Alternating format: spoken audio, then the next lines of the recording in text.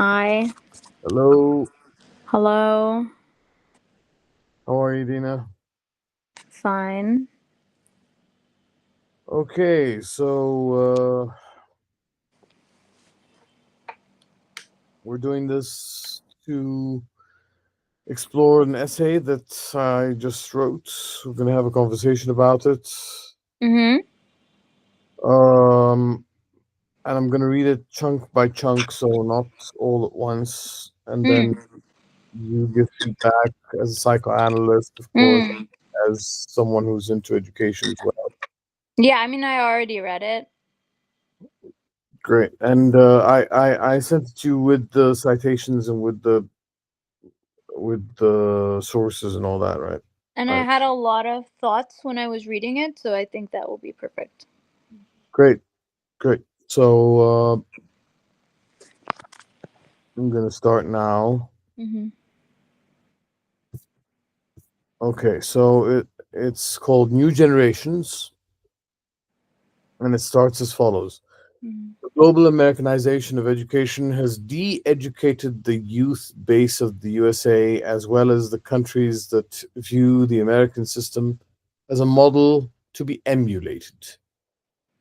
This Americanization is rooted in an attitude of commoditization that views government schools as an economic burden and cost that should be cut, while private schools are seen as businesses that cater to customers.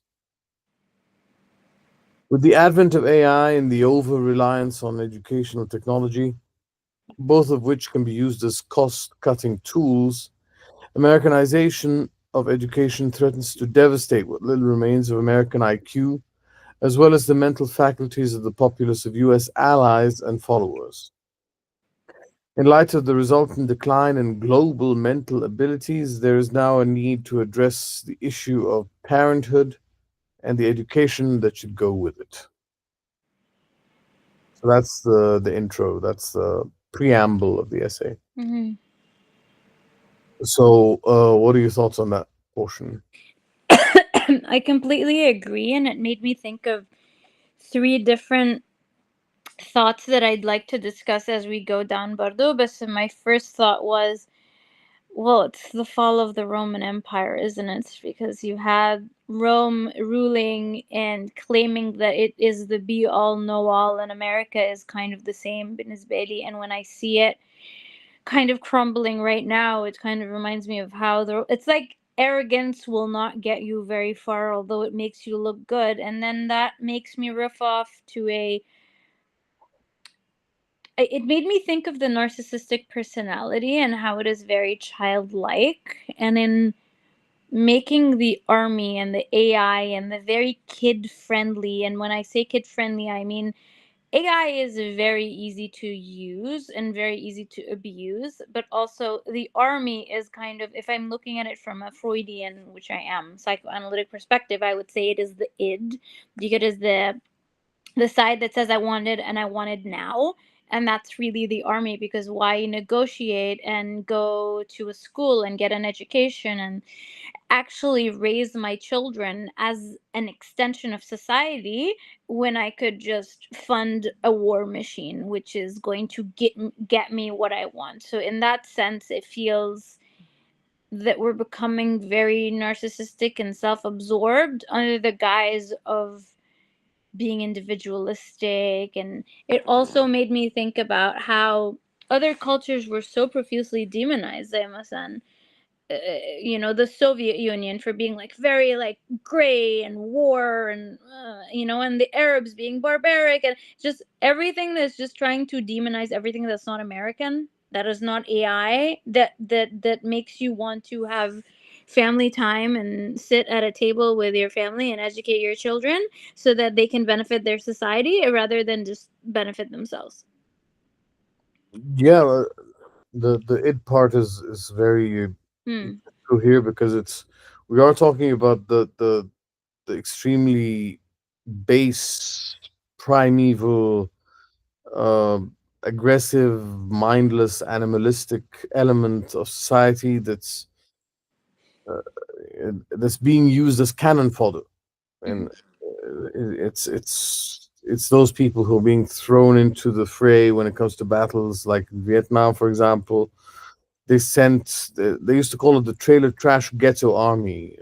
So they, they actually have very little consideration for the people. They're just there as cannon fodder. They throw them in there, and they're not very well educated, and they don't receive their rights. They just throw them in there, and it's not just Americans. The stress, of course, for this essay is going to be on it's.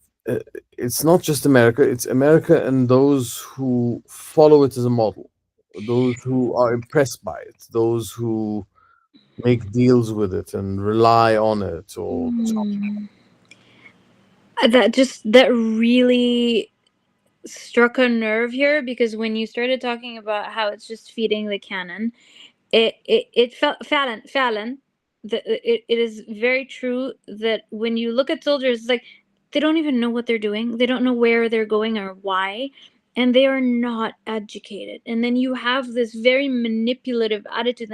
They had these videos and TikToks of soldiers being served steak and lobster, where they were like, "Oh, yay, steak and lobster," and that literally means that they're just going to be drafted and they're going to go to war. It's so manipulative, and it.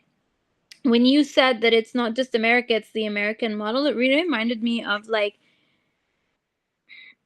I mean, dare I say, our culture, where it's not even just talking about the army, but rather how we manipulate societies to hate what we don't want them to like. So for example, I think in our cultures religion is quite demonized, and so you'll find that anyone who's not educated can become a sheikh or an imam, and then that feeds into the narrative of religion being so bad for you and terrorist like, and it felt like it was the same thing in a religious translation, like feed the masses with the idea that religion sucks by making it less accessible to get a good religious education, and then make it less accessible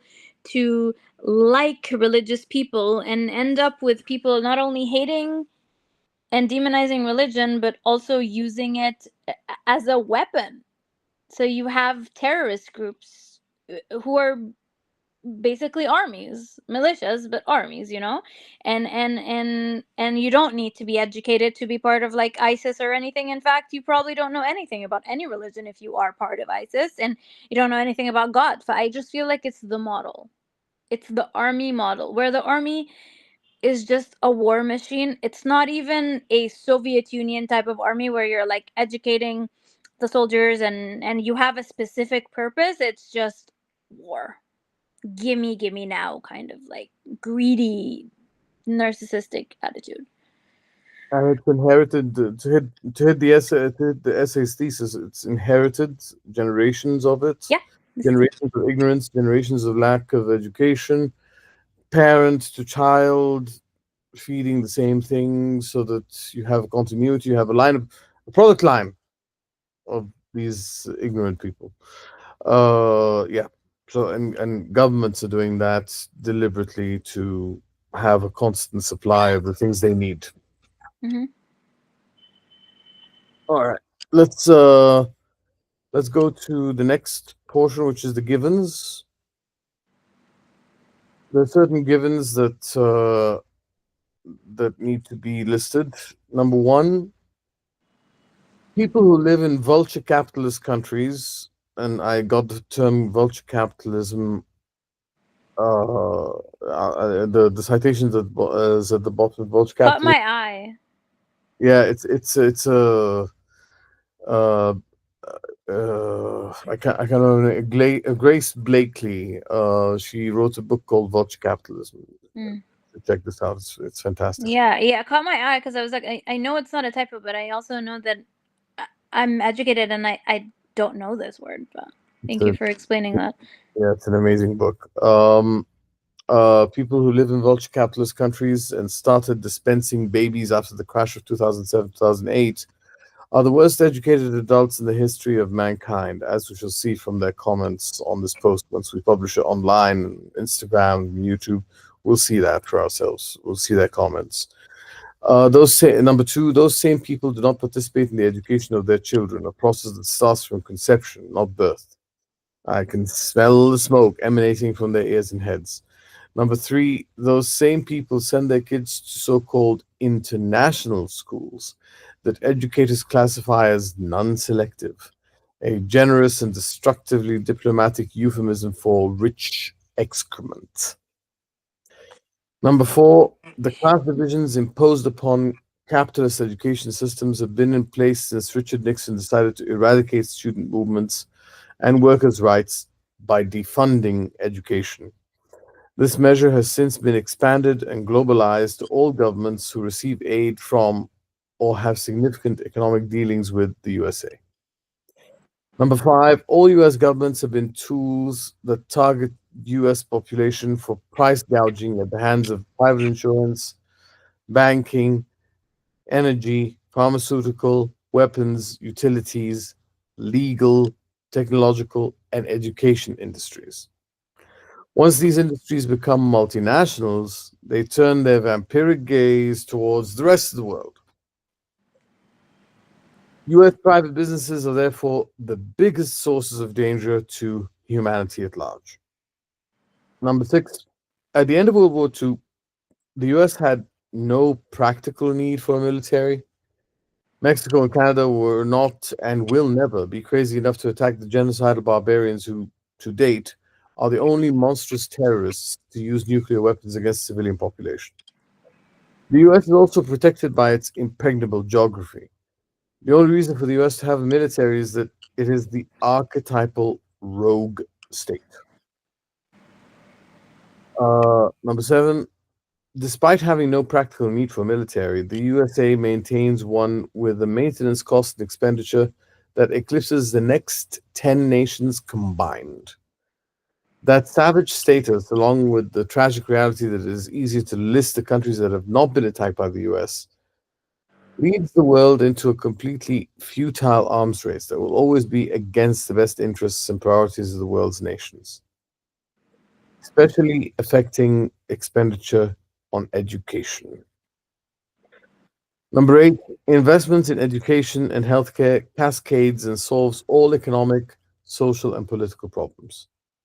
An educated population is one that will not be deceived by charlatans and will consistently vote for competent politicians. An educated population will also think of the long term rather than the short sightedness of the uneducated. A highly educated population also enjoys lower crime rates. An educated and healthy population will be highly productive and efficient, moving the economy forward in an intelligent and mentally stable manner. An educated politician will be a strategic long term thinker and will therefore only truly be beholden to the people rather than political donors. Number nine, a budget deficit is not a negative if the country does not accumulate foreign debt.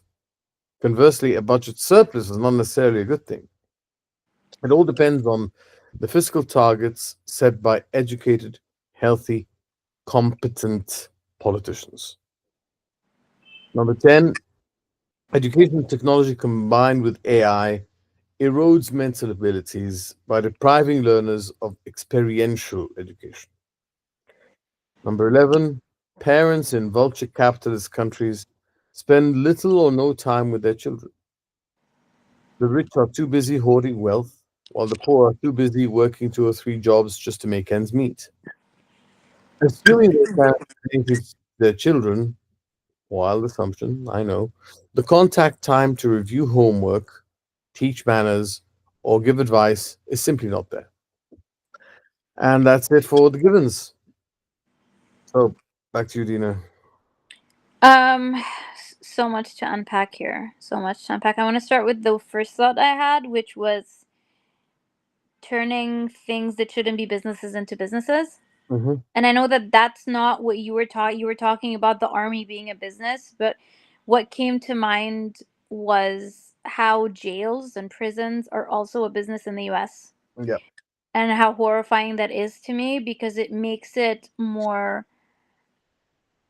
of a let's collect people and let's make sure that there's always going to be people to be put in there. So we're not really correct. It's not a correctional facility anymore. It's just a business. So it's more sadistic, more evil. It keeps feeding like you breed more criminals in those prisons. Um it's like you don't want it. It also reminds me of I always had a problem with art becoming a business. When Damien Hirst became very famous, I was really pissed off because I feel that art is so individualistic, and to turn it into a business where you're just signing your name depletes it and deprives you of having the honor of experiencing this art. And I think turning a prison, which could be an amazing opportunity for correction, into a business, turning the army, which could have been a patriotic honor to be part of, into a business, strips you of the joy of wanting to be part of something that isn't very pleasant to begin with. Like, the army is not a pleasant thing. Going to prison is not a pleasant thing. And you should be able to experience how unpleasant it is. You shouldn't feel like it's a business, because if you do, you're completely eroding the imprint of the emotion on the human psyche, and thereby it's like you're gaslighting the people in those facilities, to feel whatever it is you want them to feel. Like, army has become a brand. It's Like, back to commoditization, yeah. Yeah. with the IDF, it's a brand. You have the hot girl army, you have the TikTokers, you have the sniper. Like, what are you doing? Because this is no longer patriotism, this is no longer correction, this is a business, and we're just selling. Exactly. And schools becoming businesses is the worst part. It's the worst part, because you're no longer venerating your teachers. You no longer feel indebted to them. Like, you no longer feel like you need them. I actually don't like the idea that I know this sounds so bad when I say it like that, so I feel that I'm gonna need to explain this further, but to have everything at the tip of your fingers is both an amazing opportunity, but also something that could be really abused. Like, it's not that good for your brain to have it so easy, so that you don't even need to think about it. It's like you're being enabled to be a child, which is turning adults into children. So many Peter Pans, so many people who don't want to commit to relationships and then call it polyamory, and so many people who don't want to commit to any belief system because they think it's dogmatic, and so many people who don't want to have any allegiance or alliance to anything. Like, you're just creating this cloud culture of floating human beings who don't even know what they want, Yeah. and yet they're not free. So it's the illusion of freedom, of being yourself, but then it's like it's quite demonic, I would say. Like, it's very like the serpent is like telling you to eat from the tree because then you'll have all the power. And no, it's like the first story ever. It's just history repeating itself since the tree and the serpent and the apple. Yeah. It's quite demonic, I think. It's and also it has cognitive uh, consequences, because I mean studies have shown, and they're in the bibliography of this essay.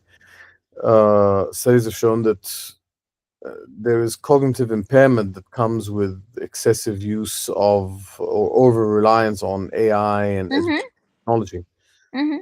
because all the things that you learn through experience, all the things you learn through searching, all the things, I mean, just using a dictionary, just a dictionary, an actual physical Yeah. Yeah. dictionary, Yeah. is much more beneficial than just looking up a word and getting the meaning off Google, Mhm. because your eye catches other words on your way to the word that you're looking for, and you inadvertently catch other things and learn other things on the way. That's taken away from you when you just Google things. Everything. I honestly, I feel like simple math is problematic now because everything is used. Like you use a calculator for everything. I don't think. Starts with the calculator and it goes all the way. Now I've seen kids who hold Siri and talk to Siri, asking her mathematical questions. And I know that that makes your life easier, but does it make you as a human There's nothing there. I mean, like I see it. stupid? Like does it? People, I don't even know how I could judge someone's like IQ or intelligence or conversation skills or anything if all they're doing is asking Siri and Chat GPT. I don't know what kind of conversation I can have if you can Google everything. Like why am I even speaking to you? Like it's kind of depriving you of your humanity. And don't get me wrong, I use it all the time, but I use it as an aid to my life rather than the other way around. Like I'll use Chat GPT to organize my day for me. Like I'll give her all the tasks and she can like put them in order for me, and I'll ask a question if I want to do something really quickly, like how many مثلا numbers is that, or not math, but like if I مثلا want to know how many calories something has and I'm calculating something, or if I want to know مثلا what half a teaspoon means in cups, like it the stuff that I would have looked up in a book. But مثلا when I'm doing, for example, when I'm in therapy, I emphasize that you need to write with your hands. You need a pen and a notebook because the mind body connection is extremely important, and if you're just typing, it's not the same. If you write it down, it creates a different kind of memory than just typing it on your phone and then you don't see it again and it's out of sight, out of mind. So you're creating this cognitive dissonance almost, like, because you're creating fractions of you that are everywhere on different devices, and then you're creating fractions of your emotions because you're not allowed to express them because a lot of people are going to be offended, and then you're creating fractions of your existence because you're not politically correct or you are too politically, like it strips you of your humanity, if anything. yep, Humans as a business. yep. All right. Any other comments about the givens? I feel like I had more thoughts, but I don't remember. I felt like you would have something to say about the spending little or no time with children. Yes, absolutely. Yeah. I always, when I see couples and I see families, like someone coming in with their mom or dad, I'm like, do you see each other every day? And how present are you? Because if I'm hanging out with you, but I'm on my phone, that is not hanging out. This is not presence. This is, your body is there, your mind is not. You're not emotionally available. Creating emotionally unavailable people. Why are you not having dinner together at a table? Why do you have to be watching something while you're eating? Why can't you have a conversation with your parents? Yep. No, I mean, parents, non-billionaire, non-millionaire parents are doing two or three jobs, and the other ones are busy, as I said in the givens, hoarding the money. So they've got their meetings, they're flying off to places, they're doing this, that, and the other.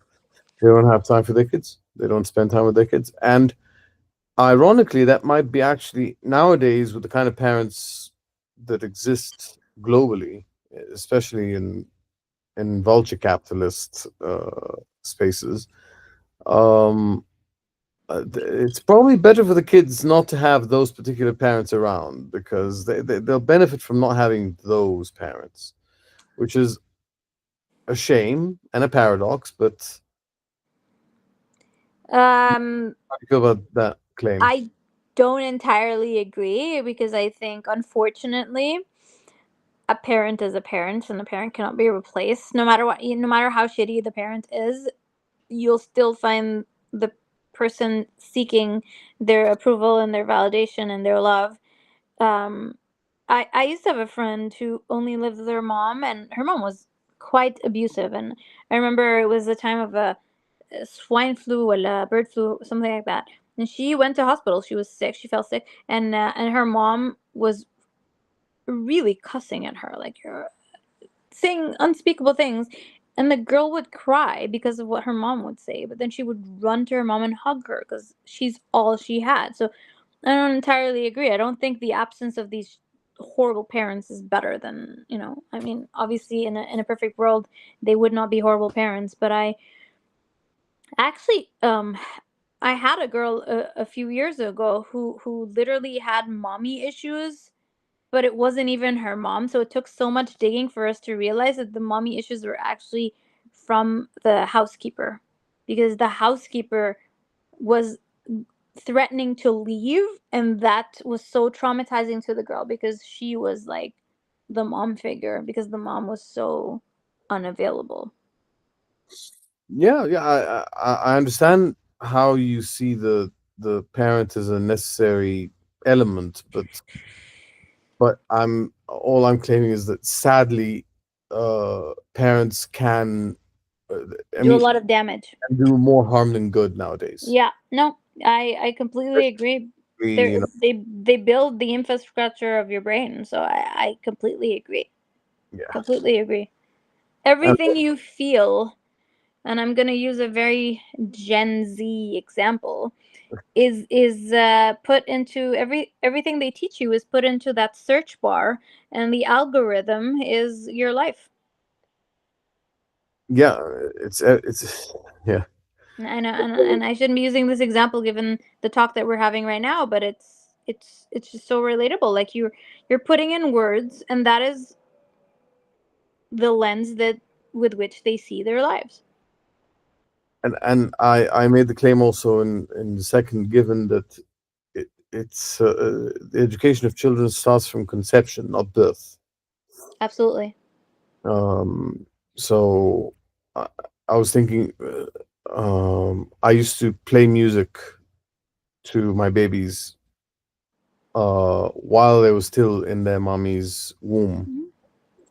So that's just a tiny little passing example. Also, the point I thought you'd have something to say about international non-selective schools, Hmm.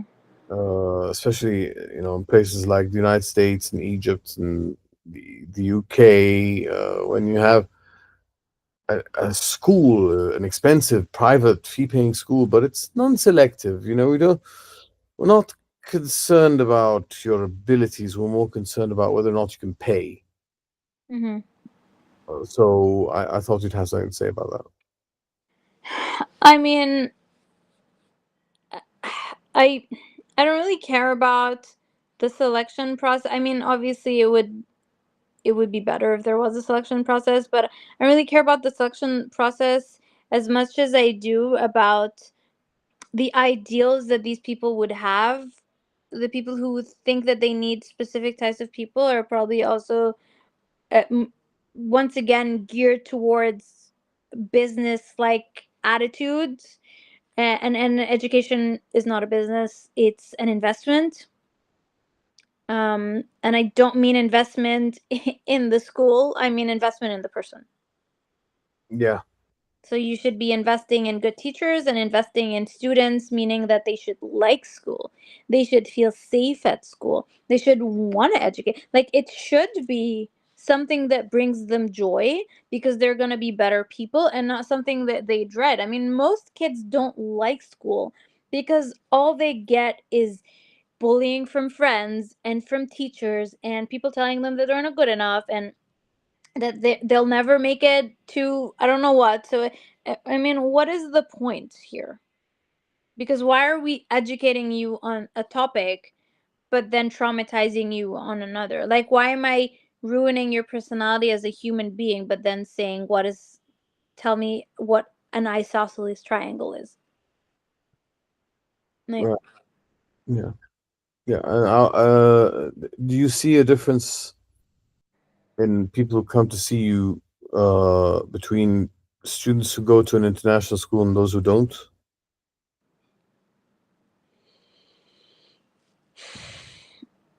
um No, Right. no. I think in Egypt especially, I don't think those who don't go to international schools frequent therapists as frequently as those who do. And I think, um, if we're talking international as in better education and national as in not that good of an education, I would actually argue that those who have less education educate themselves a lot more, and so if they choose to come to psychoanalysis, which a lot of people don't, because we're only three and people don't really like to do that kind of digging, I find that they are highly educated because they have supplemented their lives with readings and things on their own, and have sought to discover themselves. um, some people just come to psychoanalysis by mistake, and then they end up staying, and some people find that it's a lot of work and end up leaving because there's a lot of homework and there's a lot of exercises and there's a lot of writing, and they're like, I don't want to write, I'm not in school. I'm like, I'm not a teacher, but you're also writing for you, not for me. I'm not going to get mad at you if you don't do the work. All right. Okay. All right. Let's go to the discussion. Hmm. Okay. So, parents who live in vulture capitalist economies need to be trained to parent. Hmm. In the past, parents were trained by their parents. Nowadays, countries that engage in Americanisms need to create a qualification for parenthood. Parents should not be permitted to raise children until they complete this vital qualification. This qualification needs to account for the delivery of a model of good manners, reading time, family time, caring for others, shouldering responsibility, time management, home economics, debate, identification of markers of special education needs, and tolerance. These models will inevitably overlap in whole or in part with those provided by schools, youth clubs, and sports clubs. Schools should mold students into versatile warriors who can crush the future and shape it into the most constructive form that can benefit their communities. Students should be tough and resilient, especially when it comes to criticism of their character, beliefs, and actions. A student should be able to defend their character while adapting to surroundings and changing circumstances. A student should be able to defend their beliefs while contextualizing them and be actively willing to change them if they are proved to be demonstrably against their own principles or infringing upon the freedoms of others. A student should be able to defend their action while accepting that these actions have consequences that may hurt them. Schools should instill into students that one's worth is measured by one's contribution to society, not the hoarding of wealth. Materialism and utilitarianism must never be allowed near schools or children. Schools are not training centers where students go to learn that which is useful in today's jobs market. Schools are worlds where students transform on a daily basis into more elevated versions of themselves. Schools should also promote critical thinking and doubt by protecting students from the brainwashing that older generations endured and were exposed to, be it from the media, Hollywood, state propaganda, or orally transmitted histories. Hmm. There are no good guys in industrial wars such as the two world wars. Humans are not genetically predisposed to be evil. The US government would never lead the fight against an alien race, but would probably join forces with them. Africa is not poor. It has been deliberately impoverished. Getting a place at Oxford does not make you a better person. High taxes will not make you poorer. Groups of humans should not be conflated with their governments or tarred with the same brush. Jews are not avaricious, evil butchers. Catholics are not genocidal, psychopathic sadists. Muslims are not terrorists, and not every single Chinese person is a genius who represents the next stage in human evolution. These qualities of resilience, Knowledge of true worth and critical thinking require a world that is fully supportive of those ideals. Boarding schools would be the ideal place to hide the future generations from the malaise of their unqualified parents. Once substantial numbers of parents become qualified to parent, students may stay longer in their biologically assigned homes. Today's vulture capitalist parents generally want their children to be treated as sensitive pieces of glass that may shatter at any moment. They want their kids to grow up running the family business or making a lot of babies for the man who will run the family business. Money hoarding and avarice are exclusively on the minds of those parents. But parents also value obedience and submissiveness from their children, the exact opposite of that which is good for any child. The interview process for teachers who could shoulder the responsibility for the future requires its own discussion. It is vital that these individuals, while acting as parents as well as teachers and drill sergeants, should not share any characteristics with the parents of their students. The teaching and toughening experience must be unique to the school and unrepeatable at home. Those miracle workers must be elevated above society at large. A teacher creates the world in which all others are vital members, but never as vital as teachers. Teaching must become the highest paid profession in any country that wants to elevate its educational system in a culturally meaningful and lasting way. Teachers must also be impressively qualified. Cheap and superficial teaching licenses and certifications should be replaced with in depth knowledge of a field about which teachers are blindingly passionate.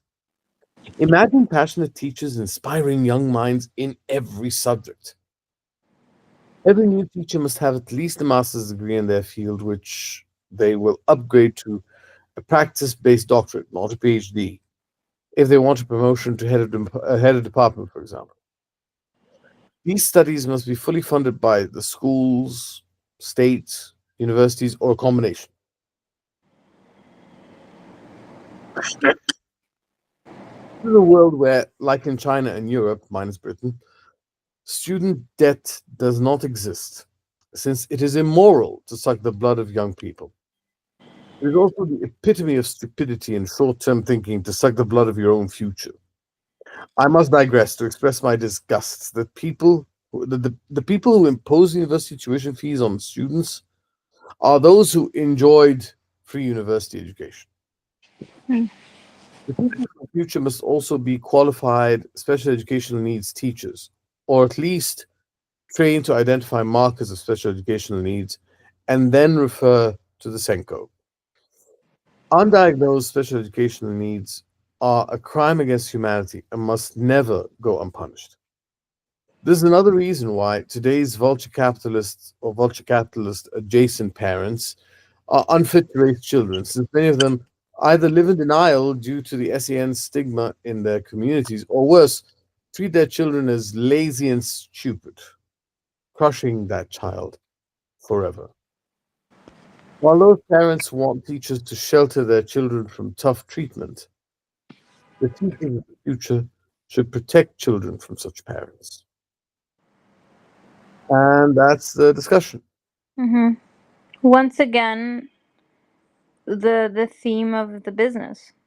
So now your children are a business, not just the educational system. So your children become a business, and you don't really need the business to be smart or have an identity. You just need it to bring in whatever you needed to bring in, so that whether that be them being an extension of you, where they make you look good and you look like you did something right, or they it seems to be serving some sort of purpose, which I quite frankly don't understand.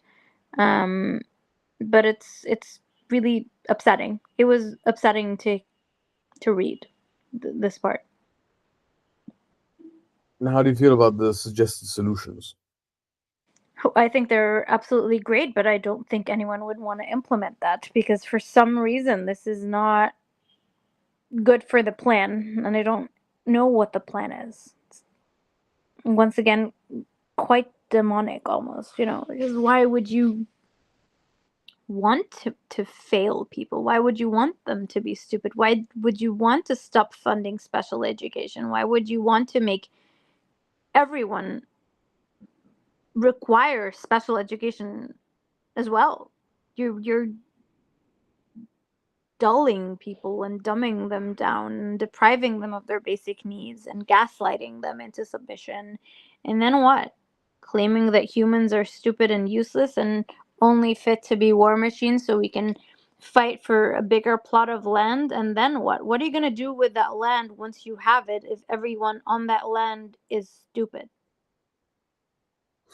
You plunder its resources, and then you use those resources to make products that the dumb people will buy lots of and increase the profit margin and the stock value of the companies that So you just want more money? do all of that again. Yeah, it is, I mean, it's a matter of hoarding money, and that's why it started with Nixon. I mean, some people say it started earlier with FDR when he said, I'm the one who's protecting capitalism from itself.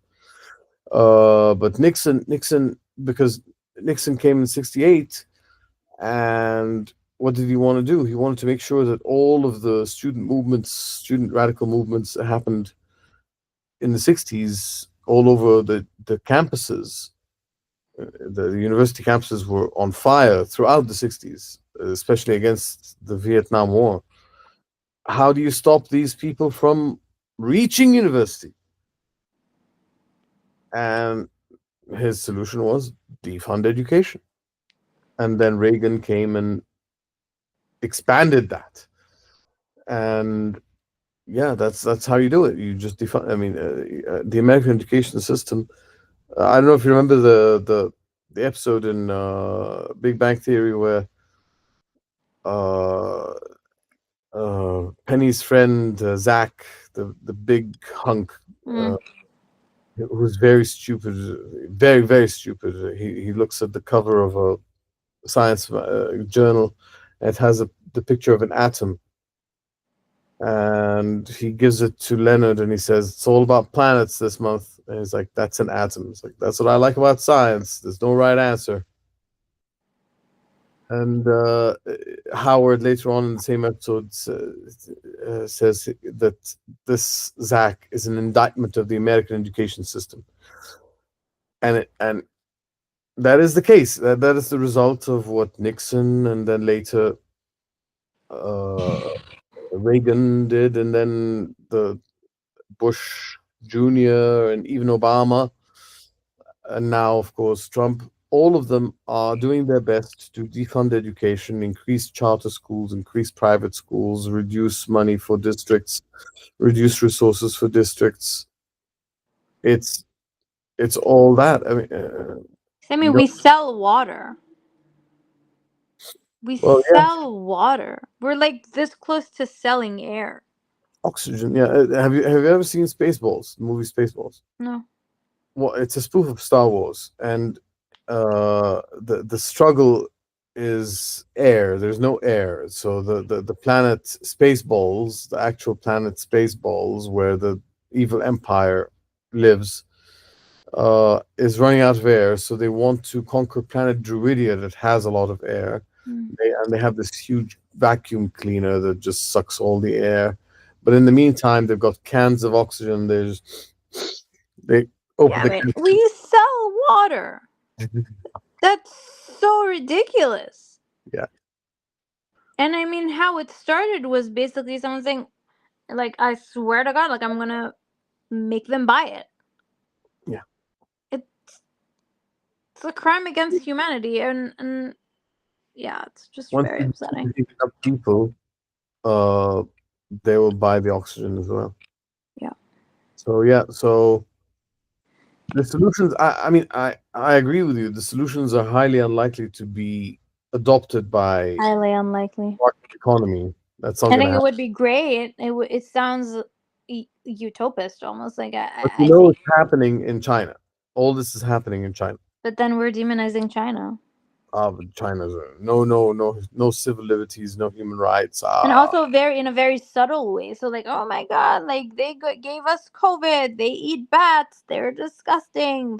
Like, really, really, okay.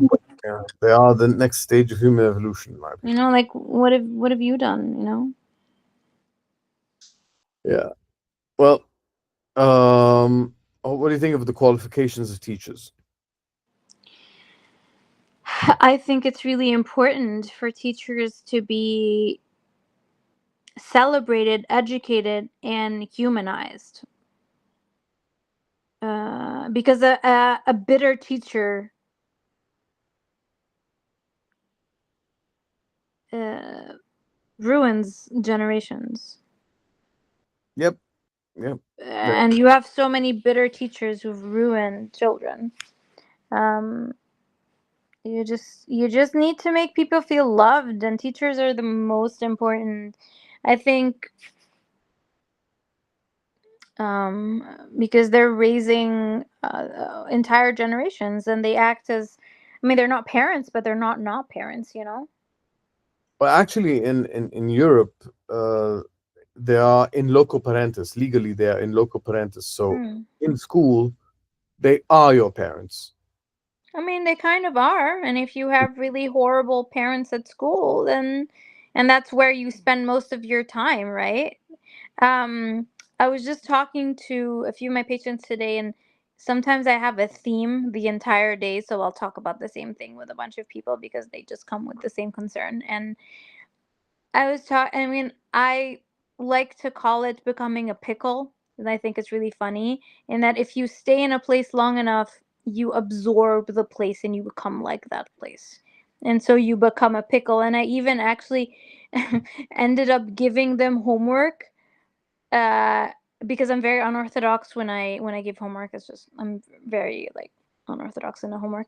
I made them, I said, make pickles. Choose something to pickle, and use an exotic flavor, and keep tasting it, and see how intense the flavor becomes as it becomes more absorbed into that vegetable. And you are that pickle. This is your environment. You make yourself feel bad long enough, or hang out with people who make you feel bad long enough, and you become a bad person. You deprive yourself of your needs long enough, and you become the person who doesn't deserve. And then it's the whole society of those people. Bunch of pickles. Yeah. And how do you feel about boarding schools? I think, I mean, I would prefer that the children stay with their families at home, but if the parents aren't great, as you said, and the boarding school provides good parenting, it could be a saving grace, but also could be a disaster for just Absolutely. rich people to learn about drugs and bad behavior. No, but the suggestion is again like the Chinese model, boarding schools for everyone, not rich, not poor. I mean, these are free schools. These are going to be free schools. Yeah, I mean, I do prefer that you stay at home with your parents because you do need that dynamic, that warmth, that you're just not gonna get if you're abroad in a school or something. It just, Not abroad. It's going to be in your country. well, that's worse. Like, why would I leave home to sleep over at school when I could be coming home for lunch? Well, there are many benefits to boarding schools. I mean, research has shown, of course, that cognitively you are vastly superior to those who don't go to boarding schools. There is no actual advantage. So in terms of memory, cognitive ability, retention, and awareness and planning, you're superior to those who don't go. But there is no advantage, for example, in things like non-cognitive. Uh, the Social elements. Yeah. So these things can be tweaked, so you can make the boarding school more more oriented towards these things. Mhm. But um, there's also the advantage to the community at large because, I mean, think about it. No commute problems anymore. I mean, right now, the areas that have higher concentration of boarding schools, whether it's Britain, China, Switzerland, the countries that have lots and lots and lots of boarding schools. Um, when you have a high concentration in those cities, there are no traffic jams. Mhm. No, none whatsoever. No, no more traffic jams. The loss of time during a commute is gone, of course. The loss of focus because of the commute is also gone. All of the horrible things that come with commuting are all gone. The idea of the space being just seen as an academic space is gone because of an academic space and a social space and a sports space and a debate space, and it's every dining space. It's everything all in one. It becomes your actual home. Um, that these all have advantages to society. Also, the lack of commute also reduces pollution. I mean, China has become less of a polluter when they popularized the whole boarding school thing. I mean, and that's China, you know. Yeah, but it doesn't. And I because, don't. I don't think it's that dry. I sorry. don't think you need to be creating perfect human beings. You know, I think family is so important, and I think if you got a good family life at home, I don't prefer it. Hmm. It's not Well, just about educate. It's not just about having the perfect education and the perfect mind, because the emotions are equally as important, and you can't really get that at just a school, even if it is social and it includes people your age. Yes, it's social. Yes, it's nice, but there's so many benefits at being at home with your parents. of course there are. And But there's so many drawbacks that it like not being at home with your parents, or having just one parent because another parent is living abroad, or there's a divorce, or like, you know, for some, like, you need a mom and a dad, like, point blank, you need a mom and a dad, and you need the mom and the dad to act like a mom and a dad. yes, but the problem is they don't. Yes. Overwhelmingly, and we're not talking about the exception. We're talking about the Yeah. rule. The rule is Yeah. parents, because, as we said earlier, and as we said in the introduction as well, parents are not qualified. They don't know what they're doing. They don't know how to deal with their kids. They cause more harm than good. But So it's it's always going still a part of their education as human beings to have children. I think a parent learns from the child if they are open to, and I think depriving the child of the parents and depriving the parents of the child just so that the child can have an optimum life intellectually is, it feels a little bit robotic from a Freudian it perspective. can become so. It can become so. It's And trauma is not the problem, by the way, because trauma happens whether you have amazing parents or bad parents. It's the way you handle it after that is the problem, because everything can be traumatized. Like, trauma is just impact, it's about how you handle it after. I agree, but and the boarding schools can become traumatizing in and of themselves. Yeah. Uh, Anything that is not regulated Hmm. without proper safeguards, can become a traumatizing experience, no matter what it is. But the odds are, with today's double-digit IQ parents and zero-digit emotional intelligence parents, uh, that the likelihood that a boarding school will cause more damage than the parents is almost nil. I mean, the parents are much more likely to cause damage than the boarding school. especially a boarding school with proper safeguards. I'd Uh, rather screen the parents before they have children.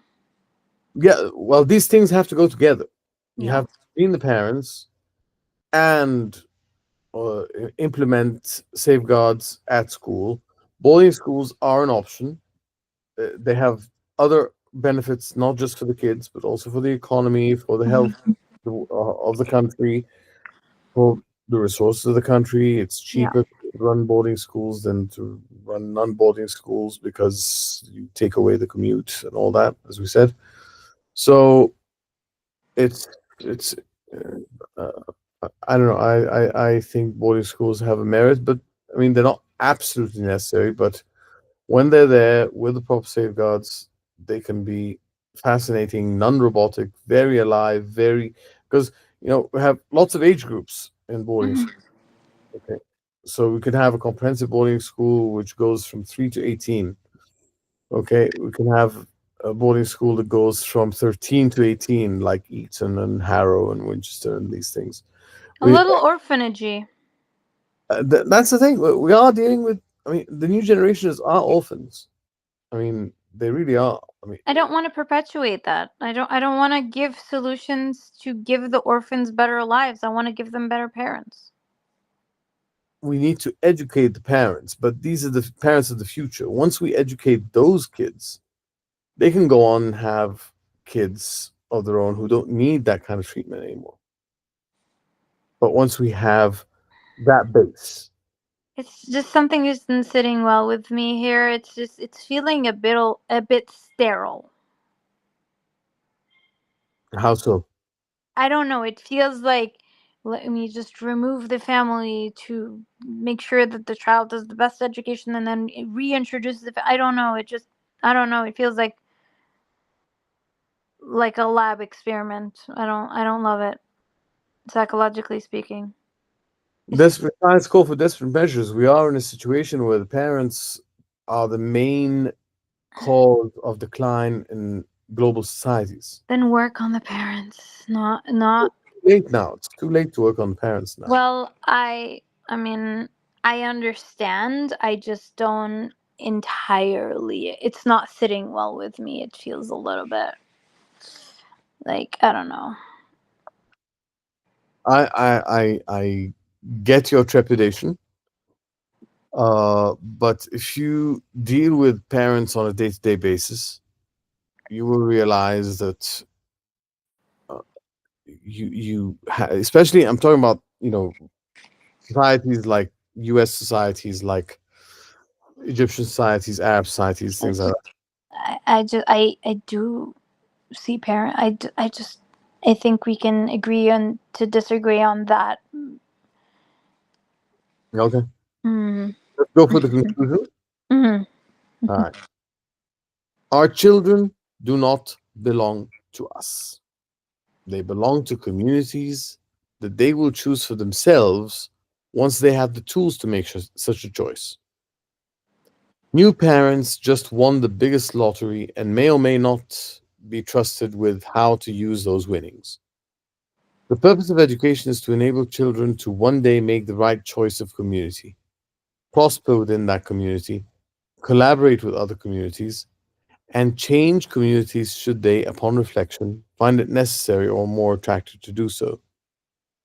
The tools of resilience, community mindedness, and dialectical critical thinking should mold future generations into the kind of warriors who will save the world, USA included, from the spreading cancer of vulture capitalism. I do not know when this ideal will take shape, but it must happen in some form if the world is to be saved from descending into tech bro funded anarchy. And yeah, that's it. I think the first sentence addresses the family issue that is causing your trepidation, which is yes, you may have born this child, but it's not yours. I mean, I agree, but for a different reason. I always when I speak to parents and I meet a lot of parents, I always say you are entrusted with those children, and I don't think that they're an extension of you. I think that you were just meant to be their guide, and you were chosen to be their guide because you're the most similar guide. And to be a good parent is to be a good guide by showing them what's right and what's wrong, and giving them live examples and showing them that you love and care for them, but certainly not treating them like an extension of you or of your wishes and desires and dreams and things like that. Like, you certainly should love your children, but they shouldn't be an extension, and that if they don't do what you would have wanted them to do, that it affects you or your ego or your image or any of that. So in that sense, yes, they don't belong to you, but but not in a, like, I don't know. You know what Yeah, it also reminds me of the argument surrounding inheritance tax. I mean? Uh, why should you inherit your parents' fortune? Why should you inherit the whole thing? I mean, they made it using the efforts of others, so why don't you pay back those others in terms of taxation, and then you can get the rest, whatever's left over. But in reality, there are those who are even against that. It's like, no, no inheritance. You Mm-hmm. should not, there should be no inheritance. You are separate from them. If you inherit them, that means you just won the uterus lottery. That's all. Mm. It's- Uh, being black or white, this is not you. This is you just. I mean, there's a uterus you came out of. It just happened to be a certain color. That's not who you are. It shouldn't identify you. Yeah. So I just don't think that parents own kids. I don't see it that way. Yeah, I agree with you. Right. All right. Mm. Anything else? Anything else? Nope. All right. Thank you, Dina, for that. That was You're welcome. exciting. I like your pushback. Thank you very much for that. It's given me food for thought. It's given me things to think about for developing this. I got educated. Oh yeah. Oh, yeah. Thank you very much, Dina. You're welcome. Thank you for having me. Yeah. Bye.